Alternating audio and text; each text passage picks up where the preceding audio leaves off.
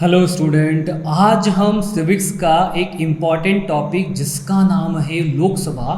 और लोकसभा को हम फुल डिटेल में समझने की कोशिश करेंगे। ये लोकसभा है क्या और क्या इसके अंदर स्पेशली वर्किंग आवर्स या वर्किंग टाइमिंग्स होता है, सारी ए टू जेड सारी चीज़ों को हम यहाँ पे समझने की कोशिश करेंगे। तो लोकसभा, देखो लोकसभा सबसे पहले हम समझ लेते हैं कि इसका नाम क्या है। इसको हम बोल सकते हैं लोकसभा, या फिर हाउस ऑफ द पीपल, या फिर इसको हम बोल सकते हैं लोअर हाउस। तो लोकसभा का बेसिकली तीन नाम हम लोगों को पता है। जैसे रहता है कि नहीं, किसी बच्चे का नाम किसी का नाम हो सकता है सोनू, घर पे नाम उसको बोला जा सकता है, रियल नेम उसका हो सकता है राहुल हो, पिंकू, कुछ भी हो इस तरीके से। जो जैसे हाँ, सबसे सिंपल एग्जाम्पल बताता हूँ। आप लोगों ने देखा होगा तारक मेहता। तारक मेहता में एक तिपेंद्र है जिसका रियल नाम तिपेंद्र और नॉर्मली यूँ बोला जाता है टप्पू। तो ये जो नाम है इसी तरीके से लोकसभा भी, इसका रियल नेम है लोकसभा, जिसको हम नॉर्मली बोला जा सकता है हाउस ऑफ द पीपल भी बोलते हैं। और सेकंड इसको हम बोल सकते हैं स्पेशली हाउस ऑफ पीपल के अलावा लोअर हाउस। देखो इसको लोअर हाउस बोल रहे हैं, लेकिन ये कभी भी मत समझना है कि ये छोटा हाउस है। पहली चीज़ तो समझ में आ गई। अब सेकंड ये चीज़ आएगी कि सर लोकसभा जो है ये कहाँ पे है। आपके माइंड में क्वेश्चन आ सकता है ना कि लोकसभा है कहाँ पे। तो लोकसभा जो है हमारे देश की राजधानी जिसका नाम है न्यू दिल्ली, और न्यू दिल्ली के अंदर जो सांसद भवन पार्लियामेंट जहाँ पे, वहाँ पे ये है लोकसभा। अगर आप मेरे पीछे डायग्राम भी देख रहे होगे, जो इमेज देख रहे होगे, ये इमेज भी है किसी की लोकसभा की ही है, स्पेशली पार्लियामेंट की सांसद भवन की ये जो पूरी की पूरी इमेज दिख रही होगी। तो ये सेकंड चीज़ हमको समझ में आ गई।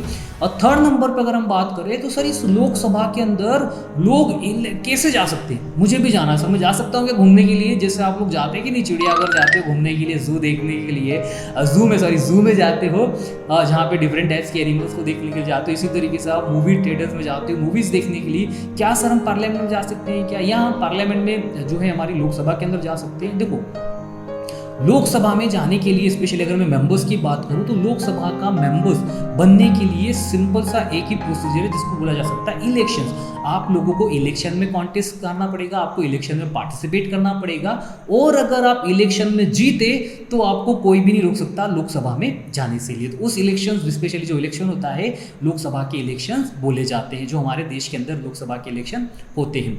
अब सेकेंड एक और चीज़ मैं बता दूं, लोकसभा के इलेक्शन में सर कोई भी पार्टिसिपेट कर सकता है क्या। मैं भी कर सकता हूं, आप भी कर सकते हो, या हर कोई कर सकता है। नहीं, लोकसभा के इलेक्शन में पार्टिसिपेट करने के लिए सबसे इंपॉर्टेंट जो कंडीशन है वो पहली कंडीशन ये है कि वो जो पर्सन है it has to be a citizen of India. उसको इंडिया का सिटीजन होना जरूरी है।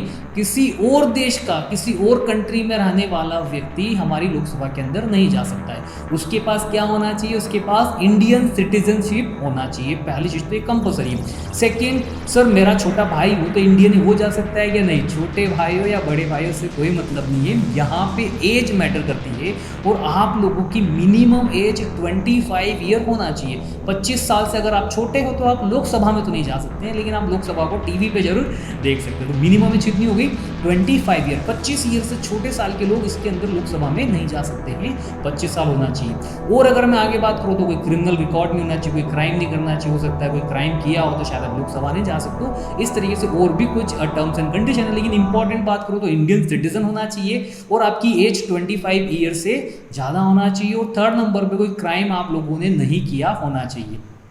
ये चीज़ समझ में आ गई। अब आपको ये चीज़ तो समझ में आ गई कि सर लोकसभा जो है, लोकसभा के अंदर भी हम आ जाते हैं। अब आप लोगों के माइंड में क्वेश्चन आएगा, सर इस लोकसभा के अंदर कितने लोग आ सकते हैं, क्या सभी लोग आ जाए इलेक्शन में। नहीं, हमारी कंट्री के अंदर जो लोकसभा है, इस लोकसभा के अंदर जो मैक्सिमम बता रहा हूँ, मैक्सिमम कैपेसिटी है 552, 552 लोग जो है वो आ सकते हैं। आप इसको इस तरीके से समझो, जैसे फॉर एग्जांपल अगर आपको किसी बस से जाना हो या आपकी अपनी कार से कहीं जा रहे हो, तो आप लोगों ने देखा होगा ना, एक कार में कितने लोग बैठ सकते हैं, एक ड्राइवर के पास और 3 जने पीछे।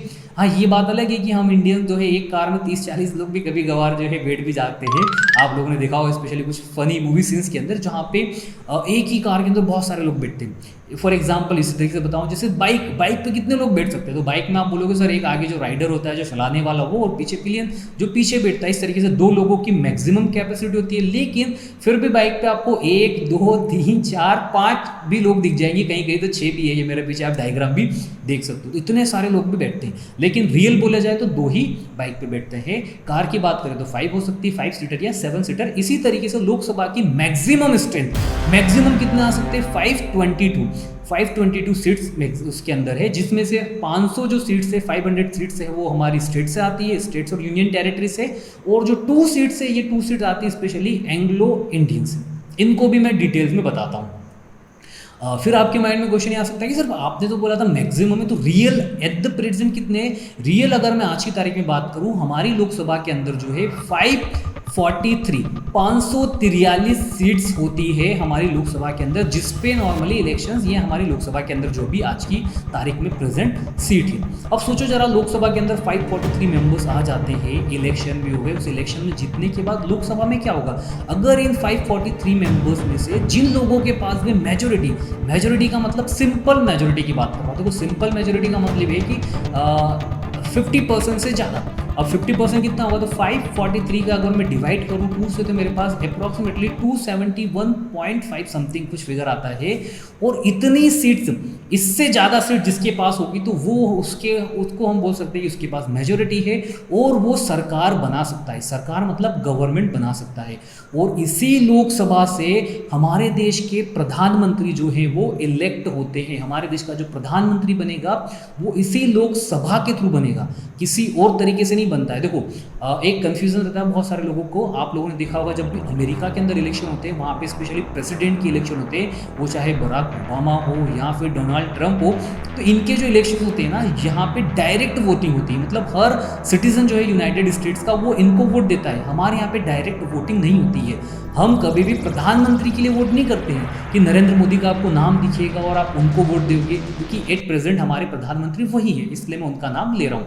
हमारे यहाँ पे वोटिंग होती है, स्पेशली हम एमपीज को इलेक्ट करते हैं, मेंबर ऑफ पार्लियामेंट्स को हम इलेक्ट करते हैं, और वो जीतने के बाद लोकसभा में जाएंगे और लोकसभा में जिनके पास मेजोरिटी होगी वो सारी मेजोरिटी मिलकर डिसाइड करेगी, किसी एक लीडर का नाम आगे लेके आएगी और उसको वो बनाएंगे देश का प्रधानमंत्री। मतलब हमारे देश के अंदर जो प्रधानमंत्री बनेगा वो प्रधानमंत्री कहाँ से बनेगा? हमारे देश का प्रधानमंत्री लोकसभा से बनेगा और उनके पास लोकसभा के अंदर मेजोरिटी होना चाहिए। इसीलिए हमारे देश के प्रधानमंत्री की कोई भी टाइम लिमिट नहीं है कि उसको 1 साल तक ही बना सकते हैं या 5 साल तक। जब तक उसके पास मेजोरिटी है लोकसभा के अंदर, तब तक वो प्रधानमंत्री बन सकता है। इसीलिए अगर आप देखोगे जवाहरलाल नेहरू को शायद सबसे ज़्यादा हमारे देश में जो प्रधानमंत्री रहे वो यही है। ये शायद लगभग 15 से 17 साल तक जो है हमारे देश के प्रधानमंत्री रहे हैं। तो इस तरीके से लोकसभा क्या करते हैं? प्रधानमंत्री को भी बनाते हैं लोकसभा के अंदर ही। अब मैंने आपको बताया था कि लोकसभा के अंदर 543 मेंबर्स है। इसी लोकसभा के अंदर थोड़ा सा सिस्टम, एक और सिस्टम ये होता है कि यहाँ पे कुछ सीट्स जो हैं वो रिजर्व की जाती है। जैसे फॉर एग्जांपल आप लोगों ने बस में बैठे होंगे, ट्रेन में बैठे होंगे, तो आप लोगों ने ये चीज़ तो पता है स्पेशली बस के अंदर कि कोई भी पर्सन कहीं भी सीट पे बैठ जाता है। कभी कभार तो वो वुमेन लिखा हुआ सीट है ना, जहाँ पे लिखा होता है कि महिलाओं के लिए आरक्षित, उस सीट पे भी जाके बैठ जाते हैं। लेकिन वो कभी भी ड्राइवर की सीट पे नहीं बैठेगा, या ड्राइवर को उसको बैठने देंगे। मतलब कहीं कुछ सीट्स ऐसी रहती है जो कहीं ना कहीं पूरी तरीके से रिजर्व ही है। ड्राइवर की सीट पे कोई भी पैसेंजर कभी भी नहीं बैठता है, ये चीज़ तो आपको बताइए। तो यहाँ भी ऐसे ही होता है। लोकसभा के अंदर जो है टोटल नंबर ऑफ 131, मतलब जो हमारी 543 सीट्स है, इन 543 सीट्स में से 131 सीट्स जो है ये रिजर्व है। रिजर्व मतलब ड्राइवर्स के लिए नहीं, ये रिजर्व की गई है स्पेशली हमारे देश की कुछ कम्युनिटीज़ के लिए, कुछ कास्ट के लिए, जिसको हम बोलते हैं नॉर्मली एससी और एसटी के नाम से जानते हैं, जिसको बोला जाता है schedule caste and schedule tribe. SC की बात करें तो एससी के लिए नॉर्मली हमारे यहाँ पे 84 सीट्स रिजर्व है। मतलब इस 84 सीट्स पे कोई एससी कैंडिडेट ही खड़ा होगा, वही इलेक्शन में कॉन्टेस्ट करेगा और वही जीत के यहाँ पे आ सकता है। वहीं अगर मैं एसटी की बात करूं तो इसी पार्लियामेंट के अंदर एसटी के लिए भी सीट्स रिजर्व है। और उनके लिए सीट्स कितनी रिजर्व है? उनके लिए नॉर्मली 47 सीट्स जो है वो एसटी के लिए, शेड्यूल ट्राइब्स के लिए, इनके लिए भी एसटी के लिए सीट्स रिजर्व है। जैसे फॉर एग्जांपल अगर हम बात करें झाबुआ की बात करें, मध्य प्रदेश के अंदर एक झाबुआ रीजन आता है, बहुत सारों ने पहली बार नाम सुना होगा। इस झाबुआ के अंदर जो सीट्स है, स्पेशली रतलाम झाबुआ की कंबाइंड सीट होती है, इस सीट्स को एसटी के लिए रिजर्व माना जाता है, मतलब शेड्यूल ट्राइबल्स के लिए रिजर्व की जाती है। इस तरीके से लोकसभा के अंदर जो है 131 सीट्स रिजर्व है। इन 131 में से भी 84 जो है नॉर्मल, आपको हम बोल सकते हैं किन के लिए रिजर्व है? नॉर्मली इसलिए रिजर्व है एससी के लिए और 47 है एसटी के लिए। एक माइंड में क्वेश्चन और आना चाहिए आपके कि सर ये जो सीट्स है ये कैसे डिसाइड कर सकते हैं? किसी राज्य को आप देखोगे, स्पेशली मैं नाम लेके बताता हूँ, उत्तर प्रदेश में आप देखोगे तो यहाँ पे 80 सीट्स है, लोकसभा की। वहीं अगर आप देखोगे महाराष्ट्र के अंदर 48 है। वेस्ट बंगाल में देखोगे तो यहाँ पे भी 40 से प्लस, दैट मीन्स कि 42 दिख रही होगी शायद। और अगर मैं आपको आगे बात करूँ यहाँ पे बिहार के अंदर यहाँ पे 40 सीट्स है। मतलब सभी जगह पे जो नंबर ऑफ सीट्स है ये अलग अलग है। तो इस सीट्स को कौन डिसाइड करता है? तो सीट बेसिकली जो डिसाइड की जाती है on the basis of population. जहाँ पे जितनी पॉपुलेशन है उस पॉपुलेशन के बेसिस पे सीट डिसाइड की जाती है। जैसे सबसे ज़्यादा पॉपुलेशन हमारे देश की जो है वो उत्तर प्रदेश में है, इसीलिए पॉपुलेशन के कारण उत्तर प्रदेश के अंदर 80 सीट्स है। वेस्ट बंगाल के अंदर भी ज़्यादा पॉपुलेशन है, वहाँ भी अलग सीट है। महाराष्ट्र के अंदर ज़्यादा पॉपुलेशन इसलिए वहाँ पे भी नंबर ऑफ सीट्स अलग है। इसीलिए ये सीट्स कौन डिसाइड करता है? जितनी जहाँ पे पॉपुलेशन उसके बेसिस पे उतनी सीट्स उस स्टेट्स को दी जाती है। और ये जो सीट्स है ये जब भी हमारे देश के अंदर सेंसस, जो जनगणना काउंट की जाती है, जो पॉपुलेशन काउंट की जाती है, जिसको हम बोलते हैं सेंसस, उस सेंसस के बेसिस पे ये सारी चीज़ें डिसाइड की जाती है। और ये कुछ टाइम बाद, हर डे या हर सालों में चेंज नहीं होती, कुछ सालों में एक टाइम पीरियड के बाद इसको चेंज किया जाता है। जैसे हमारे देश में पहले लोकसभा की 500 सीट होती थी, लेकिन एट प्रेजेंट अभी 552 सीट्स है। और ये जो 2 सीट्स होती है जिसको मैंने आपको बताया नहीं है, सीट्स को बोला जाता है एंग्लो इंडियन सीट्स। ये 2 सीट्स स्पेशली रिजर्व है। जैसे हम लोगों ने देखा ना कि एसटी और एससी के लिए भी सीट्स रिजर्व है, इसी तरीके से 2 सीट्स रिजर्व होती है एंग्लो इंडियंस के लिए। एंग्लो इंडियंस कौन होते हैं? वो पर्सन जिसके फादर, स्पेशली हमारे देश में अगर बात करें, उसके जो फादर हैं वो जो है किसी यूरोपियन कंट्रीज से बिलोंग करते हो, जो हमारे यहाँ पे था। हमारा जब ब्रिटिश इंडिया था तो कुछ फैमिलीज या कुछ के पेरेंट्स ऐसे थे जो यूरोपियंस थे, जिसके कारण ये 2 सीट्स जो है उन लोगों के लिए रिजर्व की जाती है। तो इस तरीके से हम लोगों ने देखा कि लोकसभा के अंदर वैसे टोटल 552 सीट्स है। अब डायग्राम में भी दिखते जाना, 552 सीट्स दिख रही है। इस 552 सीट्स के अंदर एट प्रेजेंट कितनी सीट्स है हमारे यहाँ पे? 543। ये सेकंड डायग्राम, 543 हमारे यहाँ पे सीट्स है। इस अगर सरकार बनाने के लिए, मेजोरिटी के लिए कितनी सीट्स होना चाहिए? तो 50%, मतलब 272 से ज़्यादा सीट्स किसी भी पार्टी के पास होगी तो उस पार्टी का प्राइम मिनिस्टर बन सकता है। अब आपके माइंड में क्वेश्चन ये आ सकता है कि सर मान लो किसी पार्टी को मेजोरिटी मिले ही ना, तब क्या करेंगे?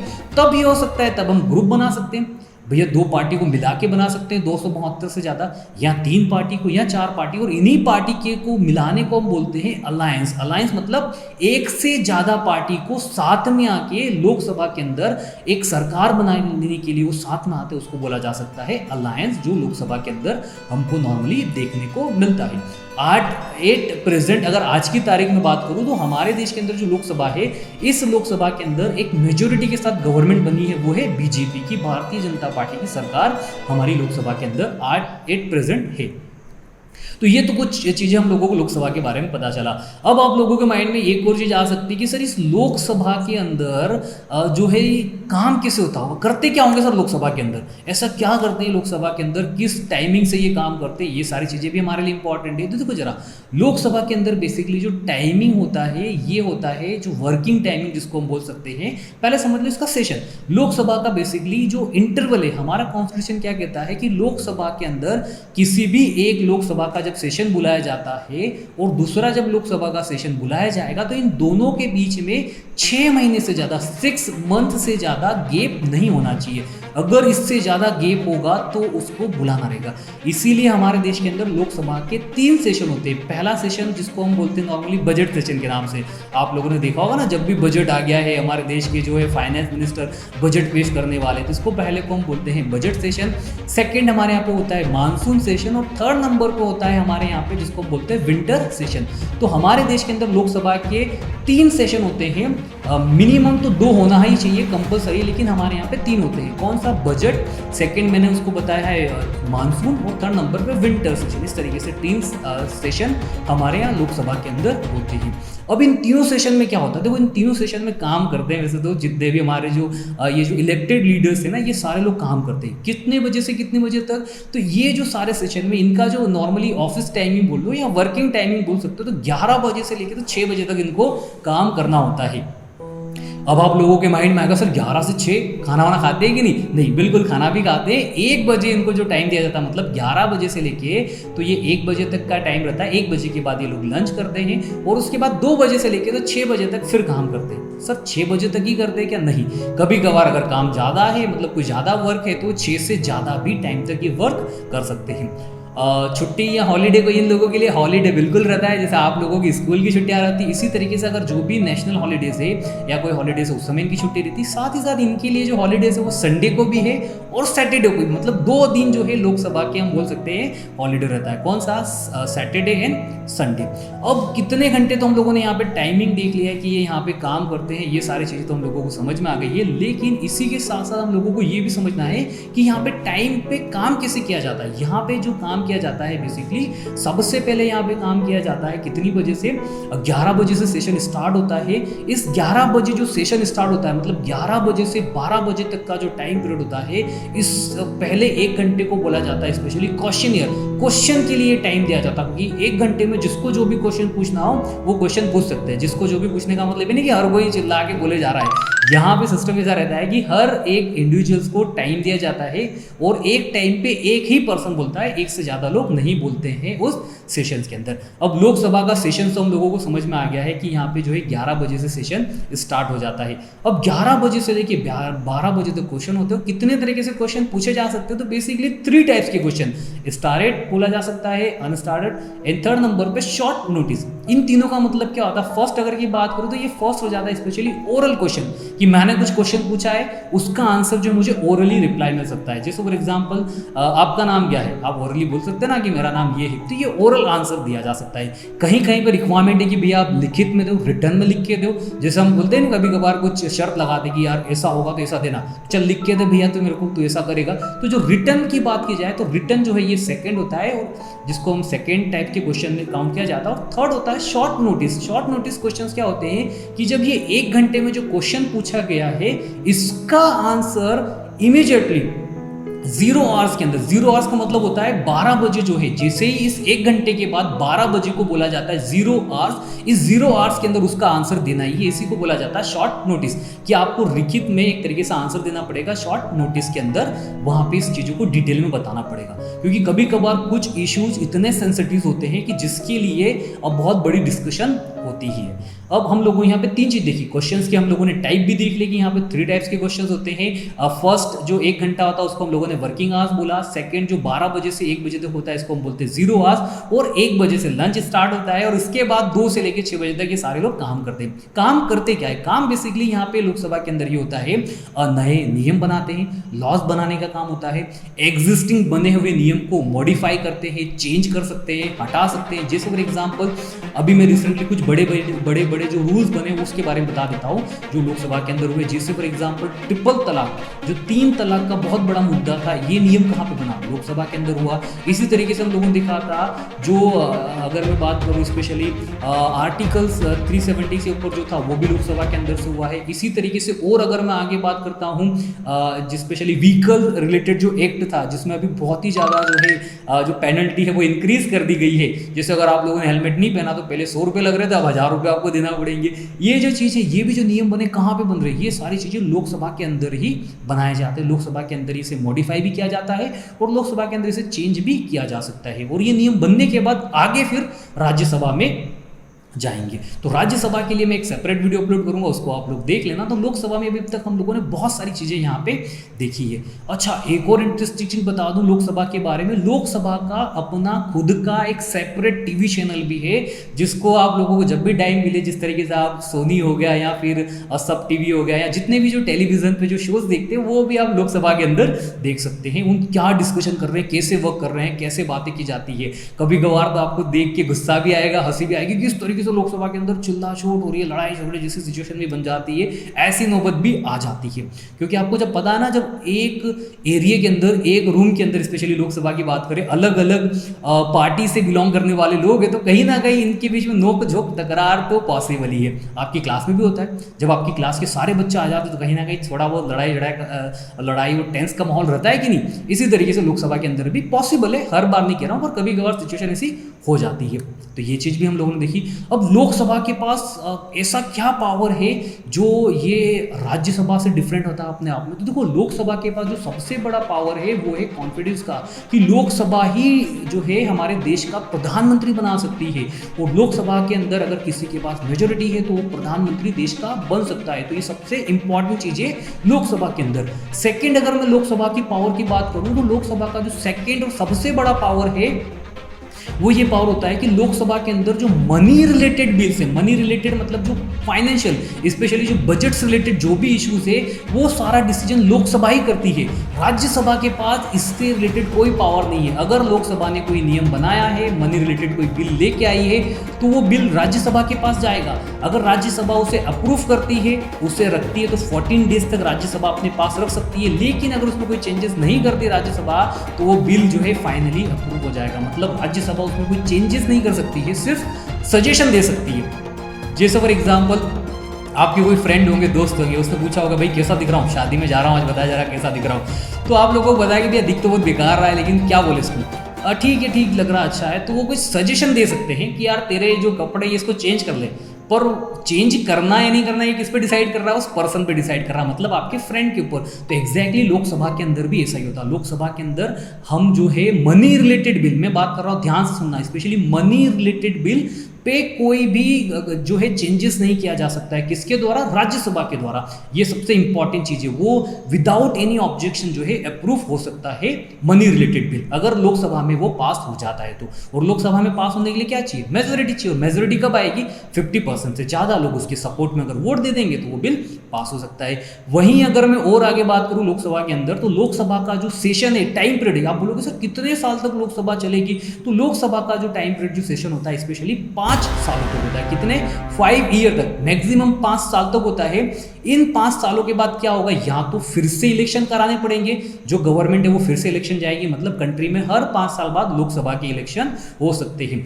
और अगर कभी सिचुएशन ऐसी होती है जिसको बोला जा सकता है इमरजेंसी का टाइम, उस टाइम पीरियड में लोकसभा के टाइम पीरियड को एक्सटेंड किया जा सकता है, लोकसभा के टाइम पीरियड को बढ़ाया जा सकता है। लेकिन कितने सालों तक? सिर्फ और सिर्फ 1 साल तक, वो भी मैक्सिमम, मतलब मैक्सिमम 1 साल तक लोकसभा के टाइम पीरियड को बढ़ाया जा सकता है। मतलब 5 की जगह 6 साल किया जा सकता है, जब कभी देश में इमरजेंसी लगी है। इसके अलावा जो है लोकसभा हर 5 साल के अंदर, इसमें लोकसभा के अंदर इलेक्शन फिर से हो जाते हैं। उसी के साथ साथ अगर कोई कॉमन बिल्स का मतलब क्या होता है? जो ऑर्डिनरी बिल है, जो नॉर्मल बिल है, वो लोकसभा के अंदर आते हैं, वो 6 महीने के अंदर जो है अप्रूव करना रहते हैं, लोकसभा से राज्यसभा में जाते हैं। इस तरीके से बहुत सारी चीज़ें भी लोकसभा के अंदर होती है। तो इस तरीके से अभी हम लोगों ने देखा लोकसभा के बहुत ही इंपॉर्टेंट टॉपिक्स को हम लोगों ने यहाँ पे कवर करा है। हम लोगों ने देखा था लोकसभा के नाम देखे, जिसको अपर हाउस के नाम से जाना जा सकता है, सॉरी लोअर हाउस के नाम से जाना सकता है, या फिर हाउस ऑफ द पीपल के नाम से जाना सकता है। लोकसभा के अंदर आने के लिए इलेक्शन होते हैं, और इलेक्शंस के अंदर जो वोटिंग होती है ना, उस वोटिंग को बोलते हैं यूनिवर्सल सफ्रेजेस। यूनिवर्सल सफ्रेजेस का मतलब क्या होता है कि every citizen of that country, हमारे देश का हर नागरिक जिसकी एज अबव 18 है, 18 साल से अगर वो बड़ा है, तो वो वोट दे सकता है। और उसी के वोट देने के कारण जो कैंडिडेट जीतेगा वही लोकसभा में आ सकता है, जिसको बोला जा सकता है यूनिवर्सल सफ्रेजेस। मतलब 18 साल से बड़े लोग लोकसभा के लिए वोट दे सकते हैं। तो वोटिंग के थ्रू आते हैं। टाइम पीरियड हम लोगों ने देखा 5 साल का होता है लोकसभा का। क्वेश्चन आंसर भी देखें, यहाँ पे अलग अलग टाइप्स के क्वेश्चन पूछे जा सकते हैं। काम भी हम लोगों ने देखा किस तरीके से यहाँ पे ये काम करते हैं, जिसको हम लोगों ने सेशंस के थ्रू देखा था। क्वेश्चन आंसर देखा हम लोगों ने। इस तरीके से ये हमारे देश की लोकसभा होती है। और लोकसभा का स्पेशली काम यही होता है कि वो देश के प्रधानमंत्री को बनाता है, और देश का प्रधानमंत्री फिर जो है काउंसिल ऑफ मिनिस्टर को सिलेक्ट करता है, और वही मिनिस्टर मिलके प्रधानमंत्री के डायरेक्शन में, मार्गदर्शन में हमारे देश पे रूल करते हैं, और देश की उन्नति के लिए, वेलफेयर के लिए बहुत ही ज़्यादा हार्डवर्क करते हैं। इसी के साथ साथ इस पूरी लोकसभा को कौन कंट्रोल करेगा? कोई ना कोई कंट्रोल करने वाला तो चाहिए ना, कोई ना कोई मैनेज करने वाला चाहिए। जैसे फॉर एग्जांपल हमारे स्कूल के अंदर प्रिंसिपल होते हैं, इसी तरीके से लोकसभा के अंदर जो हेड होते हैं, जिसको बोला जाता है स्पीकर ही होता है, जो लोकसभा के अंदर जो भी सारे डिसीजन, जो भी क्वेश्चंस किए जा रहे हैं, वो स्पीकर इस चीज़ को ध्यान में रखता है। स्पीकर अगर नहीं हो, फॉर एग्जाम्पल स्पीकर की तबीयत खराब हो, कोई डिसीज स्पीकर नहीं हो, तो उसके प्लेस पे डेप्यूटी स्पीकर जो होते हैं, वो लोकसभा के अंदर उनका जो भी कार्य है, स्पेशली जो भी स्पीकर का जो रोल होता है, जो वर्क होता है, वो सारा काम वो करते हैं। जैसे फॉर एग्जाम्पल स्कूल के अंदर प्रिंसिपल के एब्सेंस में कौन वर्क करता है? वाइस प्रिंसिपल सारा काम करते हैं। इसी तरीके से लोकसभा के अंदर भी ये सारी चीज़ें होती हैं। तो उम्मीद करता हूँ कि आपको ये हमारा लोकसभा से रिलेटेड जो टॉपिक है ये समझ में आया होगा। अगर आप लोगों को वीडियो पसंद आए तो प्लीज़ आप लोग एक लाइक कर सकते हैं, साथ ही साथ अगर कमेंट करने का टाइम रहे तो आप लोग बिल्कुल कमेंट कर सकते हैं। Thank you so much.